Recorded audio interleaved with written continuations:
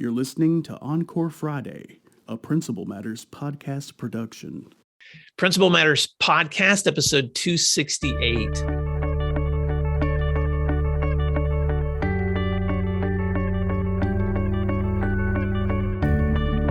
Hi, friends. This is Will Parker, host of Principal Matters, the school leaders podcast, where each week we bring you inspiring, innovative, and imaginative ideas for your own school leadership. This week, we're talking about equity, equality, and systems with my special guest, Enid Lee.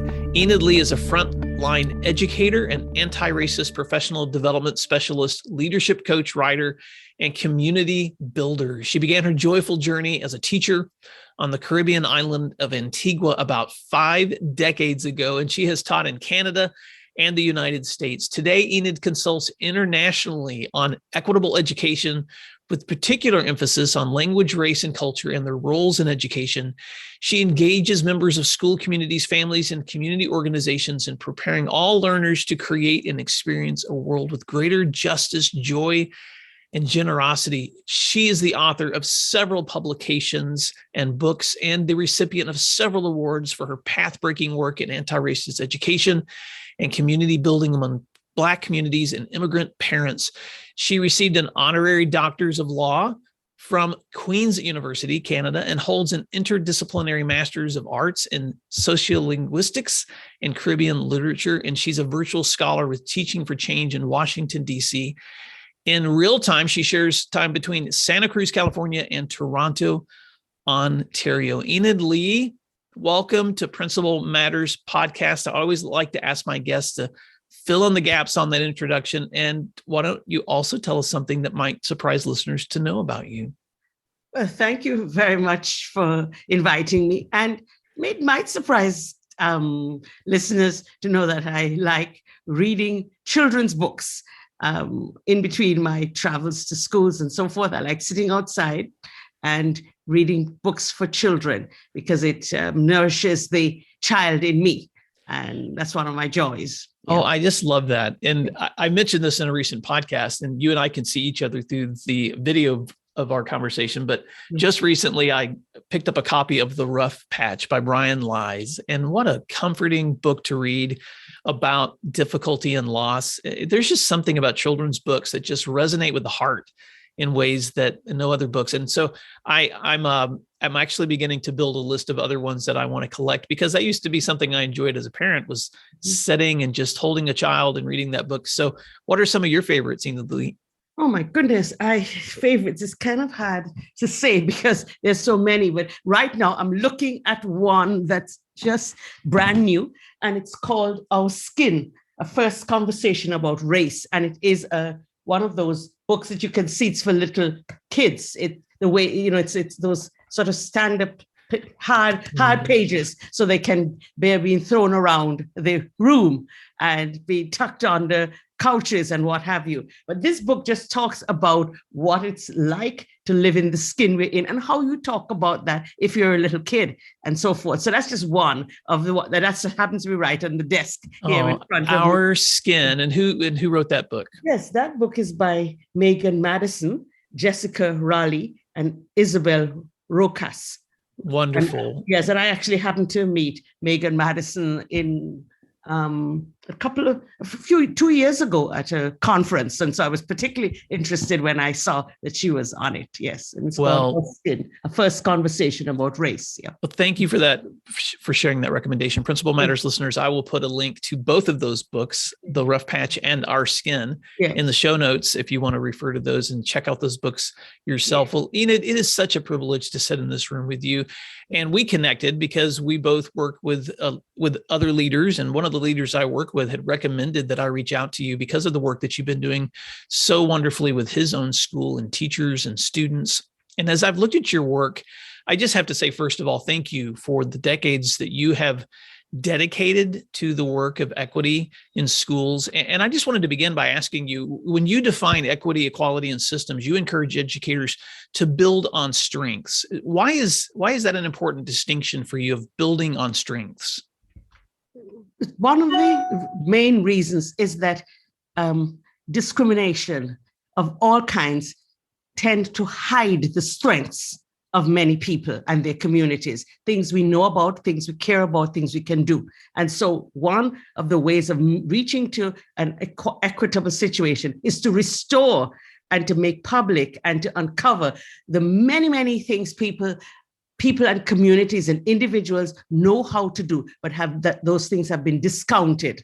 Those things have been laid aside. For instance, languages that people have, and the knowledge that goes with it, the lived experience of so many of our students, the wisdom of communities that get sidelined because of who holds that wisdom. So one of the key things is restoring our strengths, reminding people of all that they know they're able to do and can do, and how that helps us reach where we want to go.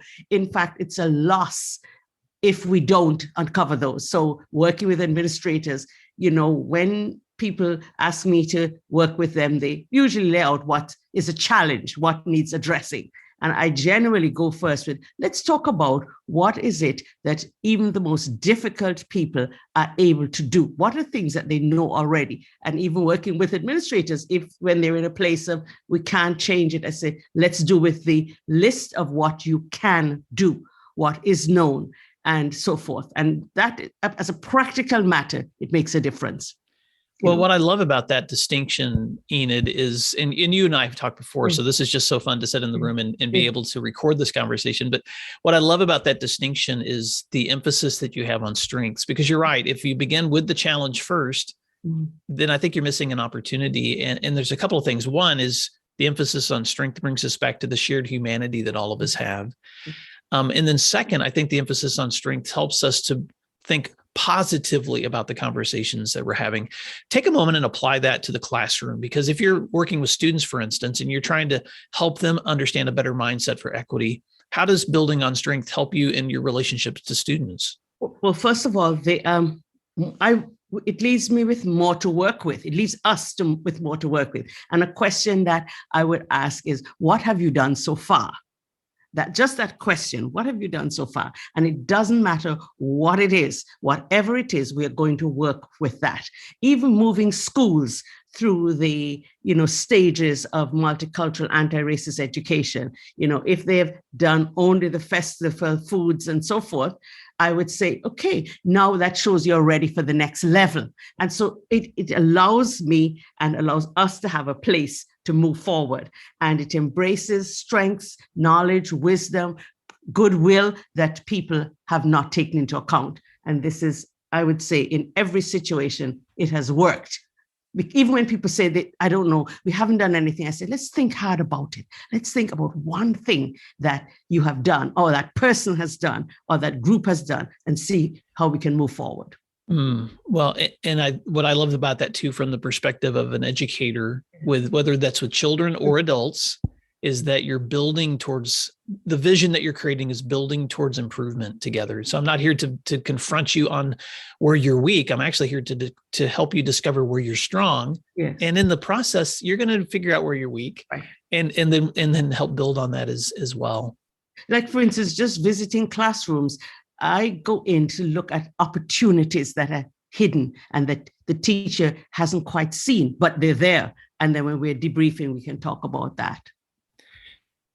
I really want to take an opportunity to just explore some history with you, Enid. And first of all, the legacy that you've carried for equity in education has been so powerful. And, most of the listeners that are listening to this show today were either not born or they were children when you started teaching in 1967. And so I just wanted to say, take us back. Most educators maybe don't know, except in their own experience as educators, what the work for anti-racism and equity have been through our schools. So what changes have you observed in education at large through your 5 decades of career, and what challenges do you still see? So to be honest, and I try to be honest, I would not say that I know exactly what the changes have been. And in 1967, I definitely was not using the word anti-racist. I would say, from my knowledge of the field, it came much more into being in 1984, that particular term. And I was living in Canada at the time. when that came into being. And when I started teaching, I was in Antigua in the Caribbean. So I don't want to pretend that I have that wide knowledge of what it was for everyone. But here are some things that I remember about being a teacher in 1967 in an island that was just moving into independence after British colonialism. The challenge to work for help create a new nation, your own nation. I remember we had a teacher who said to us, this is your chance to show how it's going to be in your own. And that's exciting. And I would say the 60s, wherever you were, had some of that in it. It was struggle, civil rights, and so forth, So that sense of possibility, I would say, certainly marked those early years. Possibility, enthusiasm, and bravery. And sometimes bravery around what you really didn't know what you were getting into. But it's that. But I want to just say that I regard anti-racist practice as any of the times that teachers, community leaders challenged the system to make it more fair and more just for those who were in it, even if they weren't using that term. So that people who introduced material about communities that were missing from the curriculum, those who worked for access to proper resources and so forth. So that's been there even when it wasn't named. And I would say one of the key, and there have been moments when that work has made a difference in who's learned and who's learned well. And for instance, in the 70s, we saw changes in what happened with African-American students because some of the things, positive changes in terms of achievement gaps. But today, I would say the situation is more complex. One of the things I would note is that when I started doing anti-racist work in '84, the focus was almost exclusively on race in my own work. Now, as I do this work, it's much more intersectional. I still have race at the center, but we take up questions of gender, of gender expression, and so forth. So I think the intersectionality is a piece that's different and makes it richer. From my point of view, it also engages other people and so forth. The second piece is looking at how some of the structures that people fought for outside are now inside of institutions. And so it's, you could say it goes deeper. The thing with things becoming part of institutions is that they can be co-opted and corrupted. That's the other thing you have to look at too, that people capture names, but they actually have a different meaning for it. So vigilance around what is actually being done, who is being served, how is this helping students? That's one of the things that I think I realize I have to keep doing. Not because someone says this is anti-racist, that it means it's that. It could be confirming racist practices, but the name hides it. So those are things that for me are always in my mind. Yeah.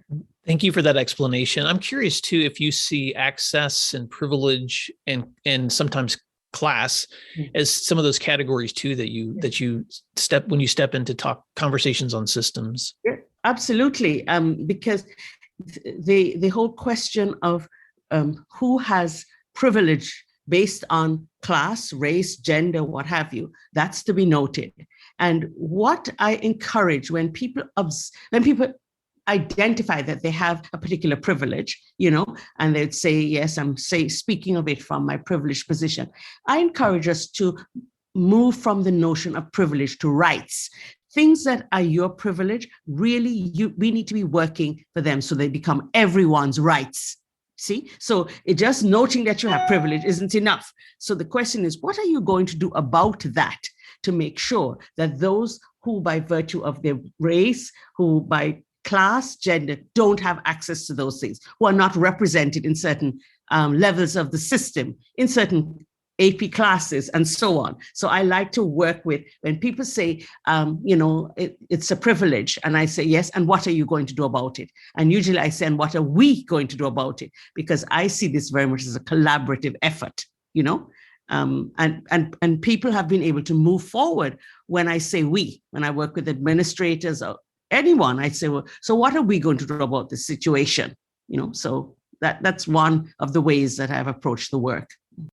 Enid, you know that I office in the Tulsa, Oklahoma area, which you know the history of Tulsa. For those who are not familiar, the Tulsa race massacre that took place here 100 years ago has played a significant role in the history of our state. But, you know, when I was a young teacher, there were very few schools actually teaching that history. Why is it so important for us to reclaim some of the narratives that have been hidden in our history to better understand our current positions as we educate students?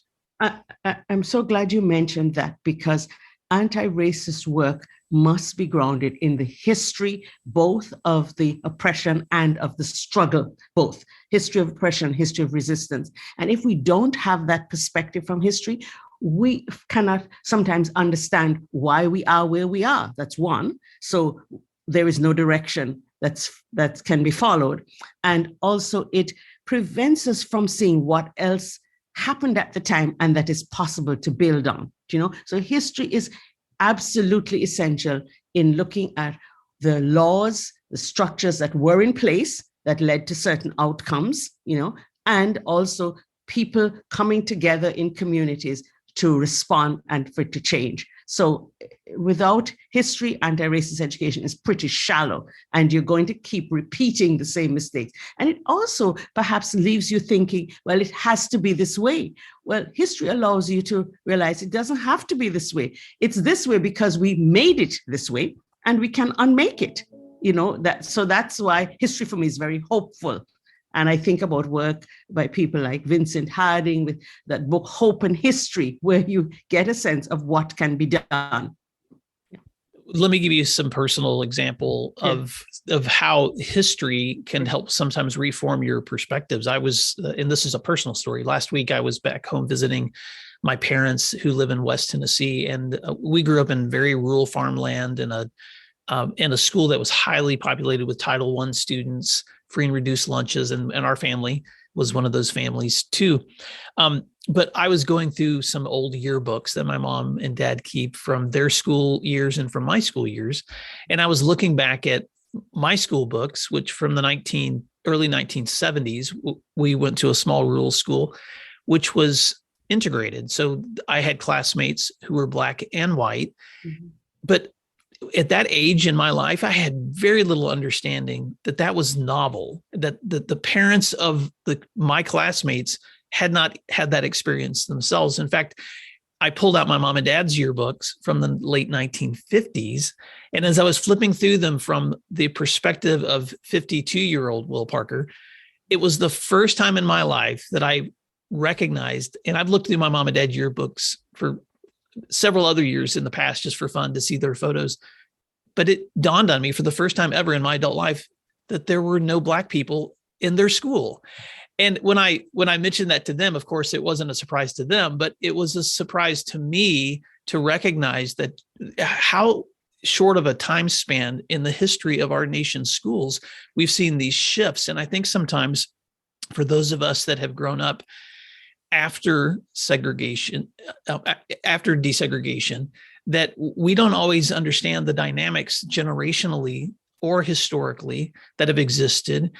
And without the understanding of those historical moments, we sometimes forget what may be right in front of us too, in terms of the leftovers of some of those systems that are still ingrained in the communities among us. So I just wanted to give that example, Enid, because I think sometimes just being aware allows you to see some things that maybe you haven't seen before.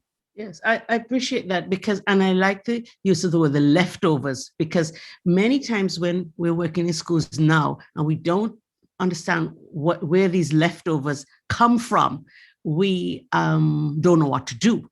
But a historical perspective lets us understand where they came from. For instance, parents maybe not trusting the school because of the leftovers. Do you know what I'm saying? Or administrators thinking, well, maybe they really can't do that work if I hire them, you know, because of the leftovers. And I like that term. It's checking on your leftovers. That's a good one to encourage administrators. Leftovers, and they're leftovers. You didn't leave them, but if you ignore them, you're going to perpetuate injustice, limited access, and limitation to our humanity. Mm-hmm. So let's stay there for just a moment, Enid Lee. And this is one of those conversations that has so many nuances, but recently in our state, for instance, where we live, there's been a lot of pushback, even from the state legislature, on how you can even have conversations about race within school communities. And I think it's created a lot of confusion, because I've even heard people that have said things like, well, if you try to reinterpret the history of our nation from a certain perspective, then maybe you're misunderstanding the founding of our nation, or maybe you're trying to reshape the perspective that our kids have, where they no longer honor and respect our nation. And so speak to that for a moment, because I know that when you're working with schools, you hear those same tensions, but the goal of your work, I know, is perspective on building on strength. So help us weave that nuanced conversation for a moment. Yes, I'm glad you brought it up, and I'm glad you brought it up in that way, because it allows us to think about what we really want to have happen through education. And if widening our perspective is not one of those things, then I don't know what is. So I encourage teachers to deal with this question that's bubbling over the nation within the context of what schools are for. That's first thing. So it's not as if you've gone out and done something that's not part of your role. If students have no opportunity to widen their perspective and then make an assessment about what it is they're looking at, then we have denied them an essential experience. So that's the first thing. And the question as to whether they will reinterpret it, they might. And they will also understand the pieces that they have known before. Because when you put visions alongside each other, you get more understanding of what you think you know about yourself. So any exploration of that will help you to understand what you thought you always knew, and you will simply have a wider perspective of it. And within that reinterpretation, we will find a whole range of possibilities that we didn't know existed, for instance, that example you shared about the yearbook, right? I'm sure if we were able to dig around, you would find out how that yearbook came to look different in the next year. Like, what had to happen? Who had to make representation at the district? Who had to risk their children's engagement in an area that may have been a little challenging or frightening or threatening? So opening up perspective. And if I would say to parents, to anyone who is questioning these, is the nature of this world is for us to learn more about, so that we can get a closer sense of really who we are, and I would encourage that. And when people say, well, are you doing such and such? I say, tell me what you think I'm doing, and then we'll go from there. Because a lot of times people think you're doing something that you're not doing. And so let's start with what they think it is, and then we can clarify. And one of the things that I've always done is encourage parents to tell me what they're hearing from their kids. So when they talked about this at home, what did they tell you? Because I want to know, so we can build that into our teaching. Oh, that's so good. I'll add one other anecdote. My son just finished reading. He's a high school sophomore, and he just finished reading Fahrenheit 451 for class, which was written in the 50s. But it was, of course, the idea that someday we would be censoring materials and taking things away from history, et cetera. And he was just shocked. He was like, Dad, this book was like pretty on target for the things that we, even like with the kind of technologies that would distract us from facts and from history and from literature. And so as educators, I just want to also speak to the listeners that are listening to us talk right now too. There's just, education is always about creating awareness and understanding and analysis, and introducing us to ideas that expand the way that we think. And that's why we became educators. And so the idea that any government body, for instance, would try to limit the access that students have to information so that they can make their own informed decisions, to me, is alarming.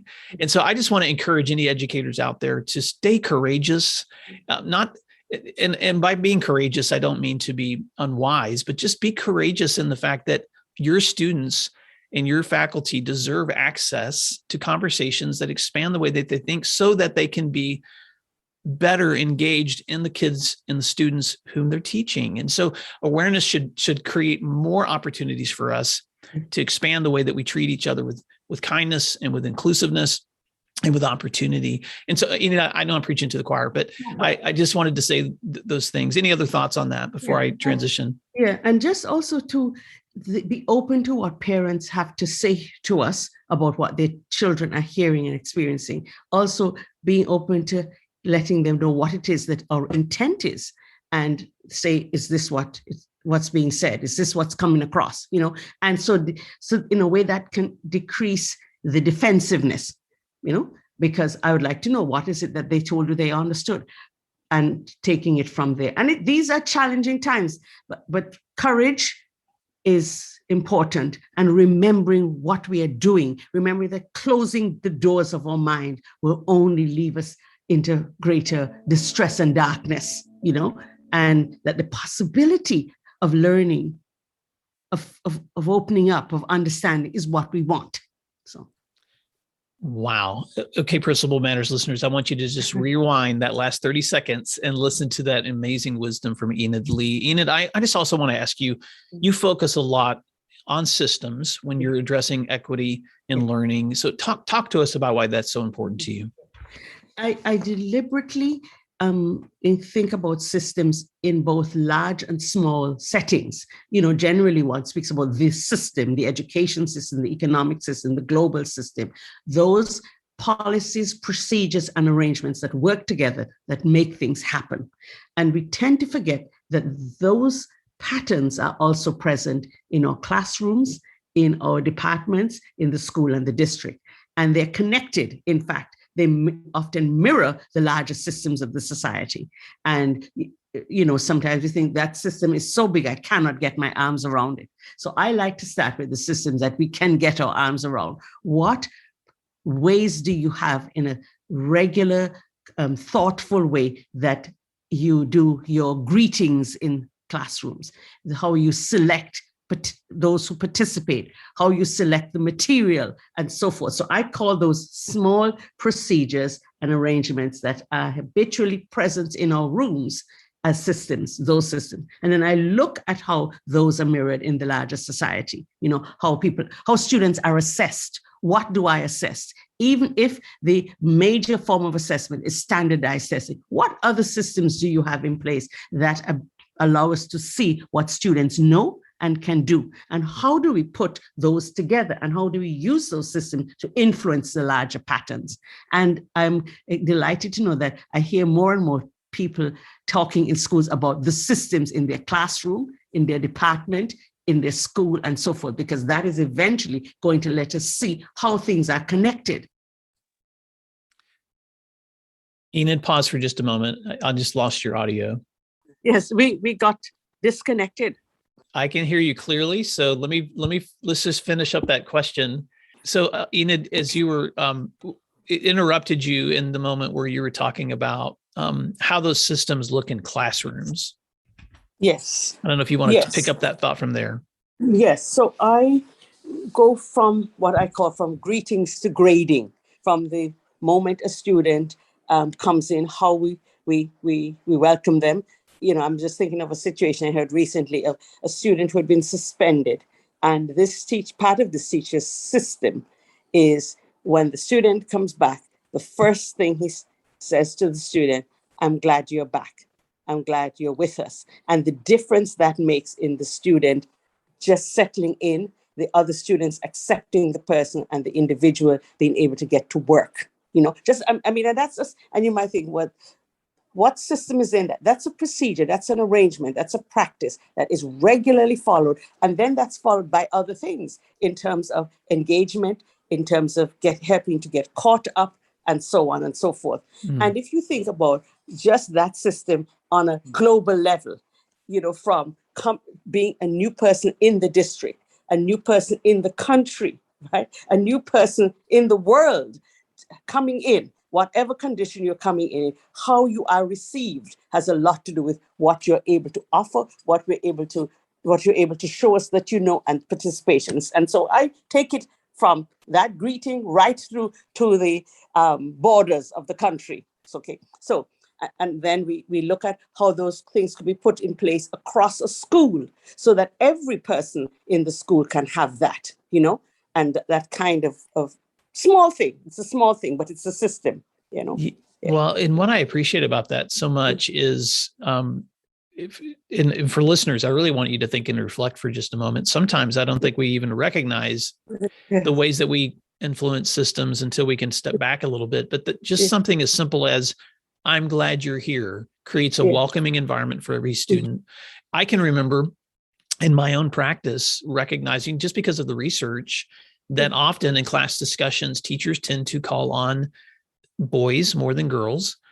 Or sometimes they may even ignore, without even recognizing it, they may even ignore calling out participation from minority students that are present too. And so just being aware of that, and then purposefully shifting the way that you call on students, purposely shifting the way that you seat students, purposely asking for more feedback from those quieter students, it creates an environment where students feel respected and where you're raising the dignity of all the students that you're serving. And I also like the application you make to, not only should we be doing that in classrooms, but we should do that school-wide and system-wide. So for instance, if you're sharing a newsletter, are you representing all of the students? And is the representation of all of your school community being involved in the way you're sharing about your schools?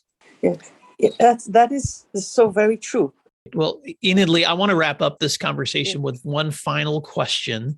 And this question actually came from a mutual friend of ours who we both know through school leadership. And he said, if you interview Enid, would you please ask her this question? Enid, what keeps you going for so long working with schools as long as you have on these topics? Well, partially, there are two answers to that question. I think my understanding of history and its role in change and movement towards justice and human dignity and freedom makes me realize that I have a role to play in this historical process, and that I can't stop now, and that the role I have to play is now, and I'm able, and I'm here, and I'm making sure that I do it. So I can't let down the side is one part of it. And the other part is that I really experienced such joy being in school settings. One of the things that I've missed a lot through this pandemic is not being able to visit personally in classrooms, but the life blood of schools, is children. And when I have a chance to interact with them, which I do as I observe, I visit with the principal, I meet with teachers, I see the students on the way to class and so forth, I feel totally energized. I feel as if I were as young as they were. And I'm so glad to have a chance to be connected with them. So those two things, the historical role, the work that I know has to be done and will continue long after I've stopped doing it. But if I don't do the part I need to do, I will have left a gap. And just the joy of being with young people. So well, Enid, I am so privileged, and I know Principal Matters listeners are as well, that we've had this opportunity to spend together. And I know you're getting ready to leave this conversation to visit a school today. So I just want to wrap up by asking you to tell Principal Matters listeners, if they want to reach out and connect with your work and your resources, or maybe even have the opportunity to introduce your resources to their school community, how can listeners find you? And then, in closing, just any final thoughts that you might have for educators as they think about these important topics of equity. Yeah, so they can find me by going to my web page, www.enidlee.com. And particularly if you're interested in these equity cards that I use in schools, you can find information about them there. But they're ones that allow teachers, administrators to look at 3 aspects of their work: preparation, the implementation, and reflection in equity, in doing work around equity at a concrete classroom level, and for instance at an observational level and so forth. We can also adapt them to working with adults in a faculty meeting or parent meeting. So that website is one that you can look at. And to say that these are the times for stepping forward with courage, and remember from a historical perspective that though many things seem hard and very challenging, they're not entirely new. And we can learn by looking back, not to be held there, but to be pushed forward. And that each of us, with collaborating with others, can move the systems to greater justice. And every piece of work that we do around human liberation and dignity, we in fact help ourselves in that context. So those are thoughts I have as I leave to go to an interesting school today to look at what's happening there and to support the work of the teachers and engage with students in that setting. Thank you so much for inviting me. Enid Lee, thank you so much for the time that you gave to us this morning, and what a rich conversation, and what a wealth of experience that you have. And Principal Matters listeners, I know you've benefited from this conversation as well. You can find the links that we've mentioned or the resources we've mentioned in the show notes for this at my website at williamdparker.com for episode 268. Until next time, thank you for doing what matters, and we hope that you have a great week. And thank you, Enid, so much for giving us your time. Thank you for inviting me.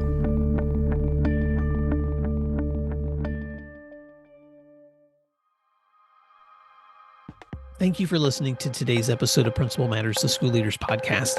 If you enjoyed the show, would you take a moment and like, share, subscribe, or leave us a review?